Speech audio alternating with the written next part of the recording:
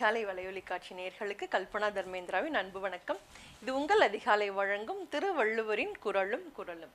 இப்போ நம்ம அறத்துப்பால்ல இல்லறவியல்ல 23வது அதிகாரமான ஈகை அப்படின்றத பார்த்துட்டு இருக்கோம். இன்னைக்கு நம்ம 228வது குரல் பார்க்குறோம். இந்த குரல் என்ன அப்படின்னா, ஈத்துவக்கும் இன்பம் அறியார் கொள் தாமுடைமை வைத்தளக்கும் வன்கணவர். அதாவது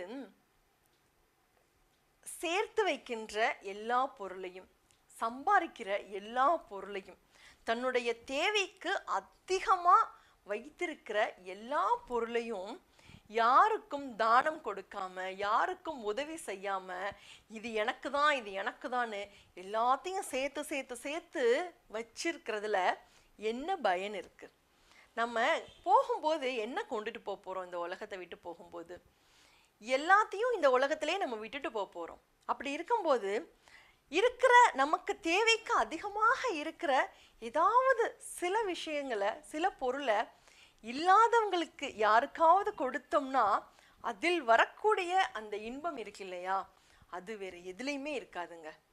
ஒரு 10 ரூபாய் தானே அப்படின்னு நமக்கு தோணும், ஆனால் வாங்கிக்கிறவங்களுக்கு அந்த 10 ரூபாய் மிகப்பெரிய பொருளாக இருக்கும். 2 ரூபாய் தானே நமக்கு தோணும், வாங்கி கொள்பவர்களுக்கு அது ரொம்ப பெருசாக இருக்கும். அது மாதிரி நாம் எல்லா சொத்துக்களையும் சேர்த்து சேர்த்து தர்மம் கொடுக்காம நம்மளே வச்சிருக்கோம் அப்படின்னு வச்சுக்கோங்களேன், அதில் எந்த இன்பமுமே கிடையாது. கடைசியில் அந்த சொத்தெல்லாம் வீணான வழியில தான் போகும்.